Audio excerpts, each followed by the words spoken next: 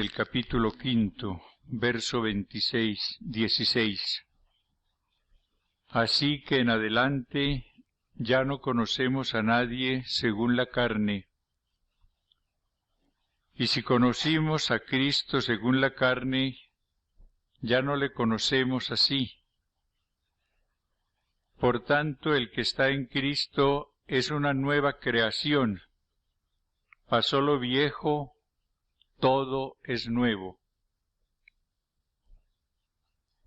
Y todo proviene de Dios, que nos reconcilió consigo por Cristo y nos confió el ministerio de la reconciliación, porque en Cristo estaba Dios reconciliando al mundo consigo, no tomando en cuenta las transgresiones de los hombres, sino poniendo en nuestros labios la palabra de reconciliación. Somos, pues, embajadores de Cristo, como si Dios exhortara por medio de nosotros. En nombre de Cristo os suplicamos, reconciliaos con Dios. A quien no conoció pecado le hizo pecado por nosotros, para que viniésemos a ser justicia de Dios en él. Palabra de Dios. Estas palabras del apóstol en esta segunda carta a los Corintios nos dan en primer lugar la gran noticia de que la persona que está en Cristo es una nueva creación. Lo que el Espíritu Santo quiere realizar en cada uno de nosotros es eso, una nueva creación. Ir desplazando al hombre viejo, todo aquello que hay en nosotros de pecado, de carnal, como lo llama San Pablo, no únicamente en el campo de la lujuria, sino en todo lo que sea pecado y en todo lo que se haga al margen del Espíritu. Y en lugar del hombre viejo, el Espíritu del Señor va creando en nosotros ese hombre nuevo, que es la copia de Cristo, que es la imagen de Cristo, la prolongación de Cristo, el hombre nuevo creado según Dios en justicia y santidad verdaderas.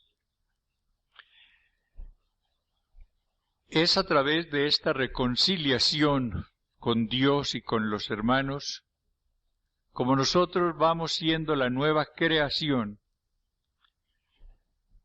Al hablar de creación, hablamos de una obra de Dios. El hombre no puede crear.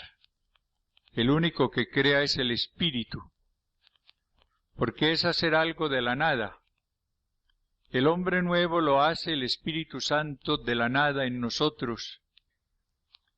Nosotros no podemos hacer una sola gracia por más esfuerzos que pongamos. Todo es gracia. Sin mí, nos dice el Señor, nada podéis hacer. Nosotros nunca podemos empeñarnos en realizar el bien por nuestras propias fuerzas. Terminaríamos en fracaso. San Pablo, que conocía muy bien el plan de Dios, decía, primero, que necesitábamos esta acción del Señor y que lo que actuaba en nosotros era y con nosotros era la gracia de Dios. La gracia de Dios conmigo, decía él. Tenemos claro que aportar. Tenemos que tener oración, tenemos que hacer esfuerzos, tenemos que luchar, tenemos que evitar ocasiones, pero la acción principal es siempre del Espíritu Santo, es la gracia del Señor ante todo con nosotros. Todo lo podemos, decía el apóstol, en aquel que nos conforta. Sin el Señor nada, pero todo lo podemos con el Señor. Y luego el plan de Dios es que como nuevas criaturas seamos artífices de la reconciliación. Él nos invita a reconciliarnos primero con Dios, pero después a ser ministros de reconciliación. En este empeño por el reino de Dios, debemos buscar primero nuestra reconciliación con el Señor, de la cual hablamos ayer, pero debemos después prolongar como ministros del Señor la reconciliación y llevarla al mayor número de personas. ¿Cuál fue, por ejemplo, el secreto de Juan 23? No fue su gran sabiduría, claro que tenía su preparación, pero él no tenía toda la riqueza intelectual de Pío XII, su predecesor. Sin embargo, es un hombre que entra tal vez como ninguno en esta época en el corazón de la humanidad. ¿Por qué? Por su bondad. Y porque él decía que había que buscar lo que unía y no lo que separaba. Y la preocupación de este hombre fue unir, acercarse a los demás, acercarse a los marxistas, acercarse a los ateos, acercarse a los pecadores, para ver cómo iba consiguiendo la unión, unir y no separar.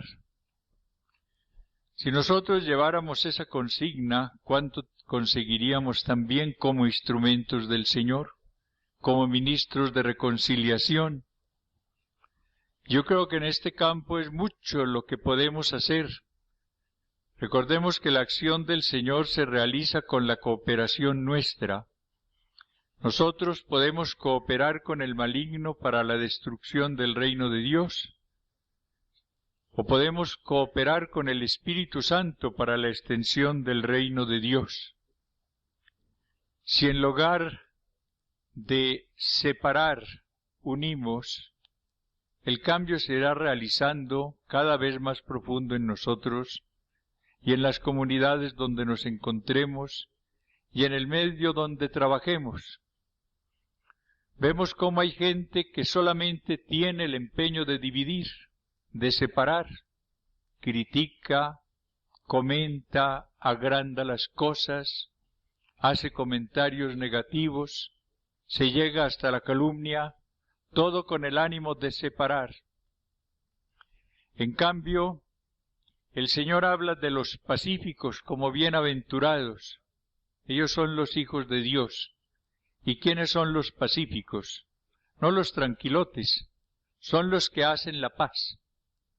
Pacífico quiere decir el que hace la paz, el que está construyendo unidad, comunidad, el que está trabajando en esa línea de la reconciliación. Pero claro que para trabajar en la línea de la reconciliación tenemos nosotros que encontrar primero de una manera creciente la sanación en este campo del resentimiento. Cuando yo hablo de odio no quiero manifestar aquel sentimiento que a veces domina a la persona, que la lleva a la venganza, que quiere destruir al otro. No, odio es aquello que queda en nosotros como fruto del amor que no recibimos en un momento dado, o también como fruto de una ofensa recibida. El solo hecho de que una persona no nos dé el amor que esperamos de ella nos hiere, y esa herida es la que llamamos odio, ese resentimiento allá profundo en el cual a veces ni hemos pensado, del cual a veces no tenemos conciencia, pero que es más real y que influye más en nuestra conducta de lo que nos imaginamos. Hay que avanzar entonces en la línea del perdón. Y aquí entonces recordemos en primer lugar una distinción que es muy importante. Perdonar con la voluntad y dejar ya de experimentar la angustia, la desazón por la ofensa recibida. Lo que el Señor nos pide es que perdonemos con la voluntad y después que le pidamos la sanación de esa herida para que seamos esa nueva creación, ese hombre nuevo, semejante en lo posible a Cristo nuestro Señor. Nosotros cumplimos el mandato del perdón si con la voluntad decimos quiero perdonar a fulano de tal.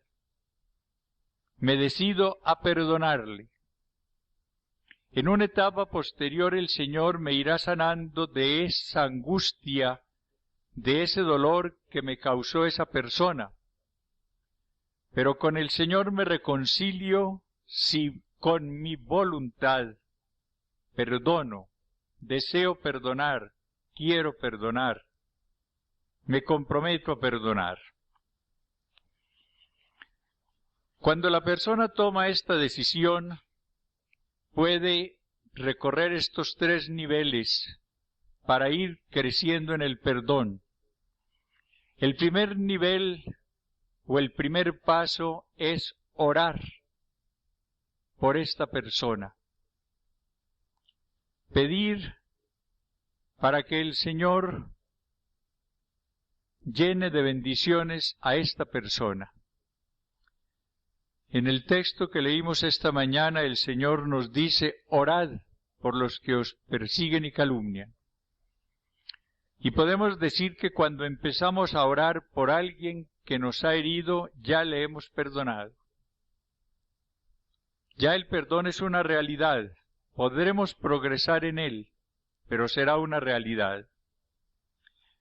Pero hay un nivel más alto y es cuando en esa oración nosotros pedimos la felicidad para esa persona que nos ha atormentado. No vamos a pedir ya una cosa en general únicamente, sino que vamos a pedir para ella la felicidad. Vamos a decirle al Señor, pero de todo corazón, bendice a esta persona, hazla feliz, haz que prospere, haz que cada día se sienta más plena, llénala de tus bendiciones.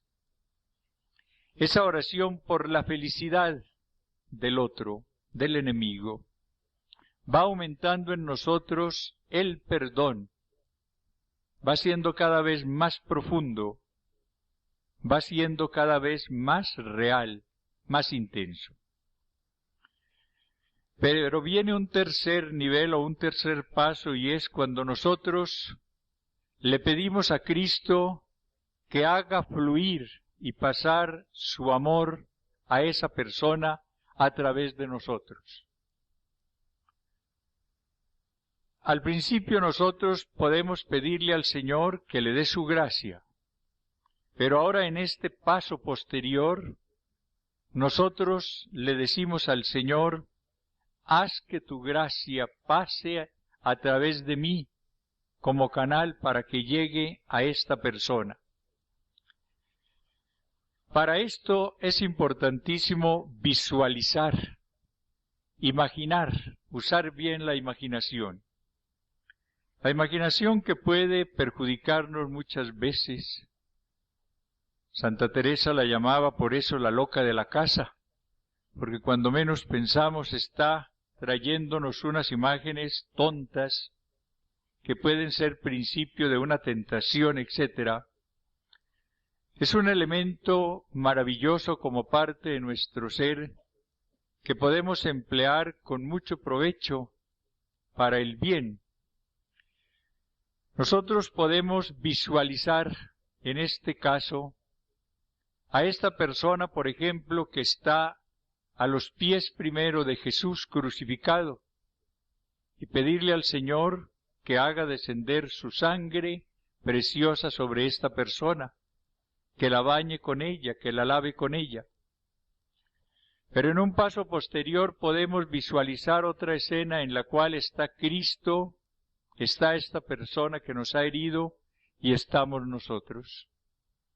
Y ahí en un diálogo con el Señor, a quien vemos lleno de amor para ella y para nosotros, pedirle que por qué no hace pasar su amor el que le tiene a esa persona a través de nosotros. Que no le llegue ya directamente, sino que le llegue a través de nosotros como de un conducto, de un canal.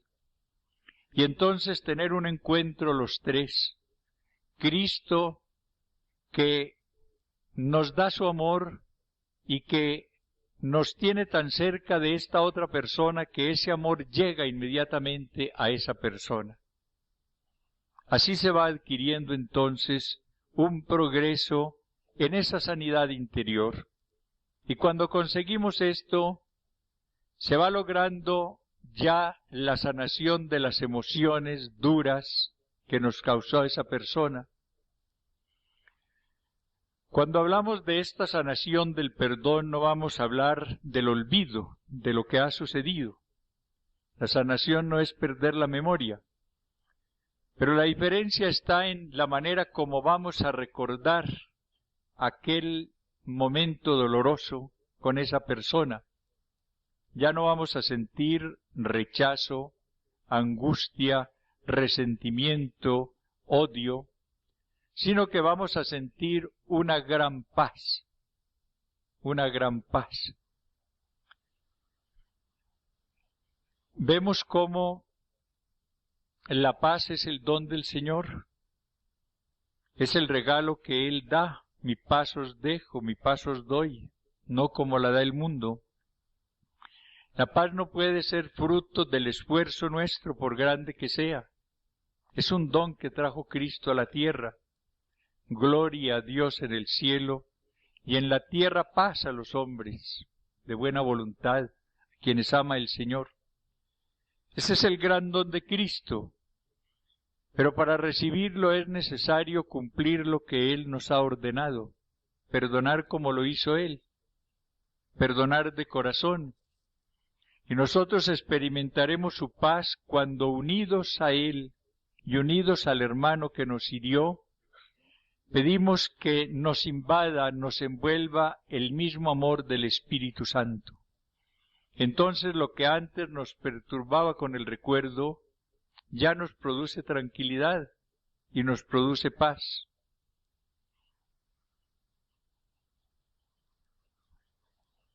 Esta mañana les decía que era muy bueno pedirle al Señor la luz sobre cuáles han sido las personas que más nos han herido, hacer esa lista y empezar ese tratamiento de perdón, ese recorrido del camino del perdón, para ir sintiendo cada día más libertad interior. Todo resentimiento nos ata, y todo perdón verdadero nos agiliza, nos libera. Puede ser que el mismo tema de la oración tenga que ser el recuerdo de esta persona y de ese acontecimiento. Pero podemos entonces convertir esa situación, esa herida, en tema de oración. A veces la gente le dice a uno, pues yo tengo muchas distracciones en la oración, o no he podido orar porque he estado en una situación muy tensa con tal o cual persona y así no se puede orar. A esa persona hay que decirle, usted sí puede orar si convierte esa situación en tema de oración. Yo sé que es imposible que esa persona olvide esa herida profunda que tiene al llegar al sagrario, por ejemplo, y que pueda disfrutar de una comunicación intensa del Señor en ese momento. Esto es imposible.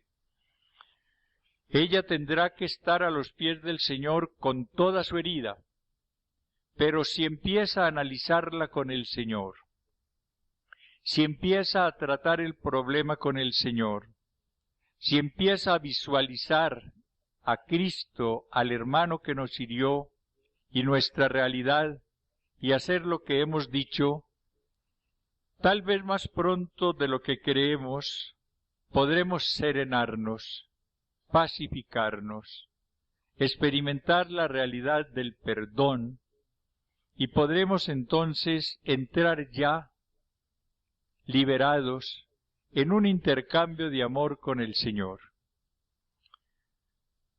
Seguramente se dará el caso de que una oración que empiece con una profunda herida, si se convierte en oración, si es oración, termine en una experiencia del amor del Señor, porque Él se hará presente de una manera especial cuando hemos perdonado por amor a Él y cuando hemos amado al hermano con su mismo amor. Y hay otro punto importantísimo al cual voy a referirme brevemente porque no hay mucho tiempo, y es la necesidad que tenemos muchas veces, y creo que todos, de perdonarnos. Raras veces uno cae en la cuenta de que necesita perdonarse. Y hay gente que puede tener principalmente odio a sí misma, más que a los demás. Y ese odio personal, acumulado a través de toda una vida, dificultará también la experiencia del amor del Señor. A mucha gente le oye uno decir, sobre todo en determinados momentos, a mí nadie me quiere, a mí nadie me acepta, en mi misma casa no me quieren, a mí nadie me aprecia, todo mundo me desprecia. La persona que habla así es una persona negativa que se odia y desprecia a sí misma, que no sabe lo que es amarse, y que por lo mismo que se odia, se desprecia, cree, y eso es lo lógico, que los demás tienen la misma actitud frente a ella. Es natural que si yo estoy convencido de que soy una miseria, de que no merezco sino desprecio, que no valgo nada, crea que los demás piensen lo mismo y actúen de idéntica manera. La infancia influye en este campo en nosotros más de lo que nos imaginamos. Nuestros padres, nuestros hermanos, los maestros de la escuela, los profesores de colegio, los tíos, tanta gente, nos dijo cuando éramos niños mucha cosa negativa. Usted no sirve para nada. Usted no va a llegar a ninguna parte. Usted es un inútil. Cada uno tiene cualidades especiales, pero nadie las tiene todas. Y una niña o un niño que puede ser muy bueno, por ejemplo, para matemáticas, puede ser malo para artes, para trabajos manuales, y al fracasar allí, pues va a encontrar un rechazo, una frase negativa.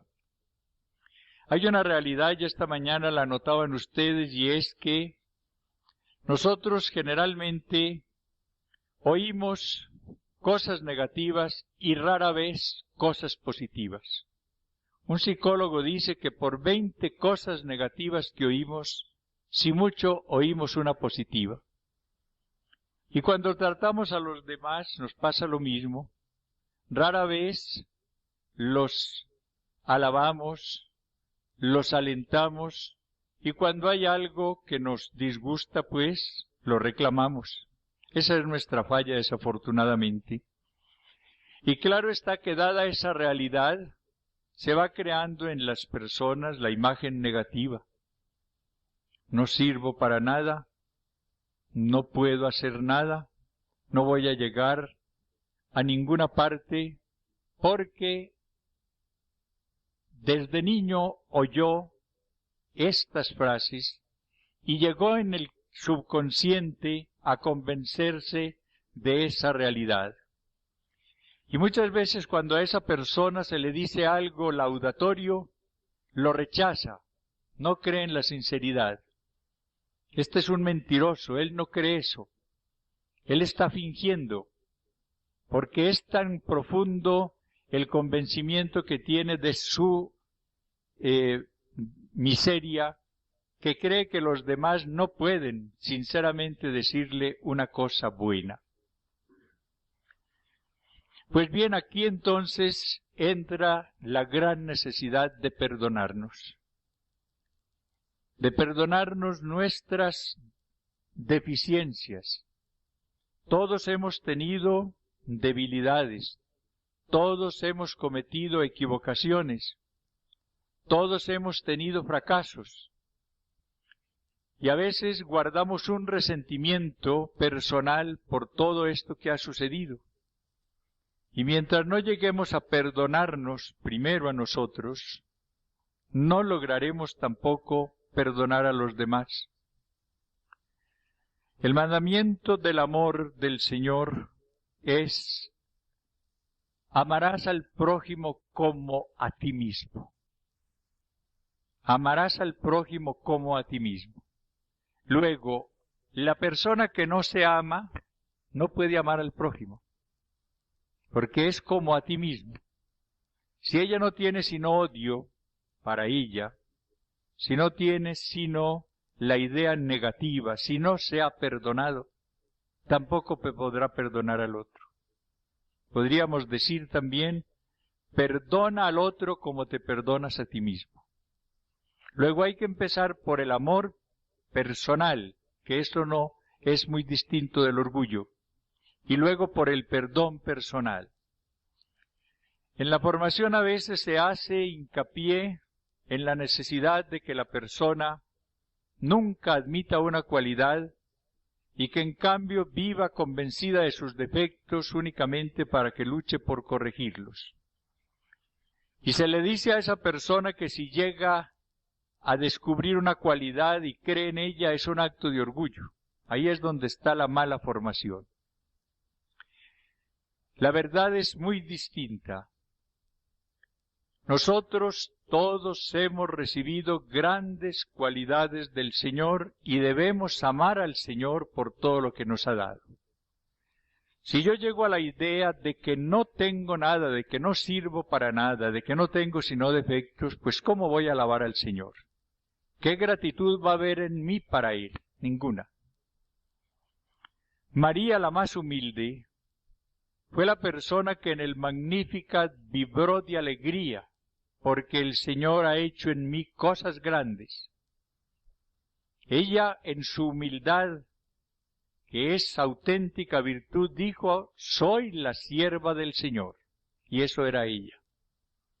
Hágase en mí sierva del Señor según tu palabra.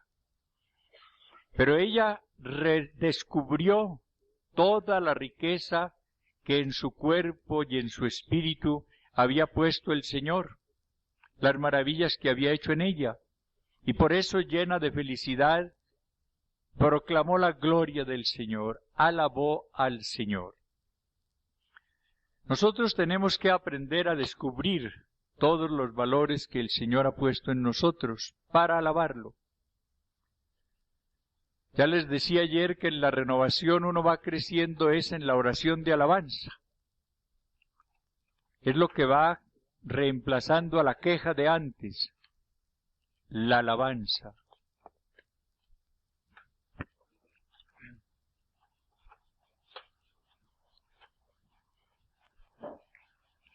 Señor, por todo lo que nos ha dado, por todo lo que ha hecho en nosotros. Los psicólogos dicen algo muy importante, que la mayor necesidad de toda persona humana es amarse y aceptarse. Dos términos distintos. Amarse porque esa persona es la obra de Dios, porque esa persona es hija de Dios y por tanto está llena de riquezas. Dios enriquece maravillosamente a cada uno de sus hijos. Dios ama a todos sus hijos. Esos hijos deben amarse con el amor del Padre. Deben descubrir las riquezas que el Padre ha puesto en ellos, para alabarlo, para glorificarlo, para bendecirlo, para decir su propio Magnificat. Cada uno de nosotros debe decir su himno de acción de gracias todos los días por las riquezas que ha recibido del Señor. Pero todos tenemos también defectos y limitaciones.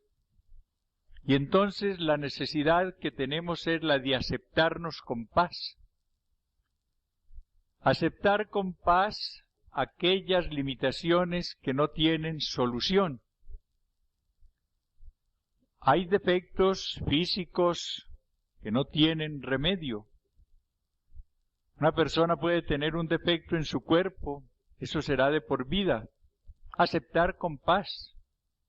No quedarse mirando ese defecto únicamente para amargarse y para no agradecer al Señor, para quejarse antes, sino descubrir toda la riqueza que hay en ella, en su cuerpo, por ejemplo, en ese caso, para bendecir al Señor, y aceptar con paz y aún bendecirlo por esa limitación que tiene. Cuando la persona aprende a alabar al Señor, llega a un momento de gran madurez espiritual. Yo quiero recomendarles muy insistentemente la alabanza porque es poderosísima para conseguirlo todo. El poder de la alabanza. Hay varios libros escritos con ese título, El poder de la alabanza. Lo que podemos conseguir cuando en lugar de la queja ponemos la alabanza. No quedarnos con la quejabanza, que es esa mezcla de quejas y alabanzas. En un ratico alabamos y después nos quejamos, la quejabanza, que generalmente es la actitud que hay en nosotros. Aquí hay una cosa también muy práctica en el campo de la visualización, y es ponernos con la imaginación frente a un espejo, con Cristo a nuestra espalda, y ver cómo Cristo y nosotros estamos viendo allá en el espejo los defectos que tenemos. Y ver cómo Cristo nos dice, no te desalientes por eso. Él nos pone las manos, nos estamos imaginando la escena, sobre los hombros, sobre la cabeza, y lleno de bondad nos dice, yo no te rechazo por ese defecto. Tú no eres tan inútil como te dijeron. Tú sí sirves para mucho, sirves para recibir mi amor. ¿Quién no puede recibir el amor del Señor? Y la persona que recibe el amor del Señor es la persona más útil. No olviden esto. San Juan de la Cruz dice que un acto de amor puro a Dios es más importante que todas las obras que hagamos en el apostolado. Esto es difícil admitirlo y sobre todo en esta época cuando se ha llamado alienación a la misma oración y cuando se habla únicamente de la acción, de la eficacia de la técnica. Y esa es la gran verdad. Uno a veces cree que pierde el tiempo pasando ratos a los pies del Señor. Y tal vez a más de ustedes le habrán dicho que deje de perder tiempo y que trabaje más. ¡Qué equivocación tan grande! Claro que tenemos que trabajar, pero el mejor servicio que prestamos a la Iglesia es el rato que dedicamos a recibir el amor del Señor, a amar al Señor, a amar a la Iglesia con su amor. Esos momentos de encuentro con el Señor son los que van a dar fecundidad al apostolado. Son los que verdaderamente van a enriquecernos, van a fortalecernos. Es con este Cristo que nos está viendo y que está viendo nuestra realidad en ese espejo y que nos conoce profundamente. Es en ese Cristo en donde podemos encontrar nosotros la capacidad de perdonarnos. ¿Cómo vamos a odiarnos y a no perdonarnos cuando vemos que Cristo nos sonríe y nos ama con nuestras limitaciones? Miren, la maravilla del amor del Señor es que es un amor sin condiciones. El amor humano generalmente es condicionado y por eso a veces nos hace tan poco bien, porque el amor condicionado no hace bien. Fíjense en lo que pasa, lo que nos pasó de niños. Si usted saca 5 en todo, la calificación de ese entonces era 5, pues le vamos a dar tal paseo. El paseo a la costa, o el reloj, o la bicicleta, en fin, el regalo, pero sí saca 5 en todo, sí gana el año, sí empieza a obedecer, le voy a dar un premio. Son manifestaciones de amor, pero condicionadas. Si uno hace tal cosa, ¿qué tal que el amor del Señor fuera condicionado? La maravilla del amor del Señor es que nos ama sin condiciones. Por el solo hecho de haber sido bautizados, fuimos sus hijos, y nos ama como a hijos, nos ama como Padre. Por el hecho de entrar a la iglesia, fuimos ya la esposa de Cristo, cada uno de nosotros, y el esposo divino ama a su esposa con sus defectos. Él la va purificando, para presentársela un día sin mancha y sin arruga, ese es su plan. Pero no deja de amarla por las arrugas que tenga primero o manchas, porque la ama, precisamente quiere liberarla de ellas. Esa es la acción del Señor.